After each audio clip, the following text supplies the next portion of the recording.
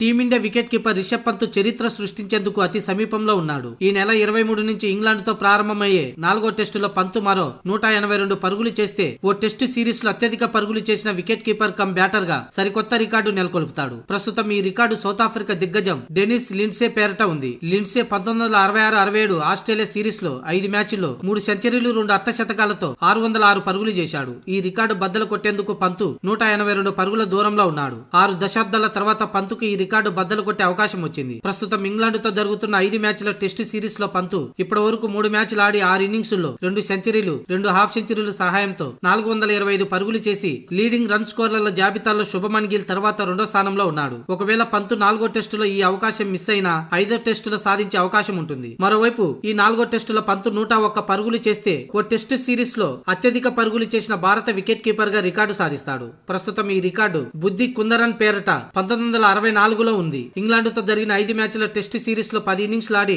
525 పరుగులు చేశాడు. దీంతో 101 పరుగులు చేస్తే ఈ రికార్డు కూడా బద్దలవుతుంది. ఇక రికార్డుల మాట అటుంచితే ఇంగ్లాండ్ తో 4వ టెస్టులో పంత్ ఆడతాడా లేదా అన్నది ప్రస్తుతం ప్రశ్నార్థకరంగా మారింది. 3వ టెస్టులో గాయపడిన పంత్ 4వ మ్యాచ్ కు ముందు ప్రాక్టీస్ సెషన్ లో పాల్గొనలేదు. అయితే పంత్ గాయంపై భారత అసిస్టెంట్ కోచ్ ర్యాన్ డెస్కెట్ అప్డేట్ ఇచ్చాడు. పంత్ ఇంకా నొప్పితో బాధపడుతున్నాడని 4వ టెస్టు సమయానికి ఫిట్నెస్ సాధిస్తాడని ధీమా వ్యక్తం చేశాడు. ముందస్తు జాగ్రత్తగా పంత్ను ప్రాక్టీస్ కు దూరంగా ఉంచామని తెలిపాడు.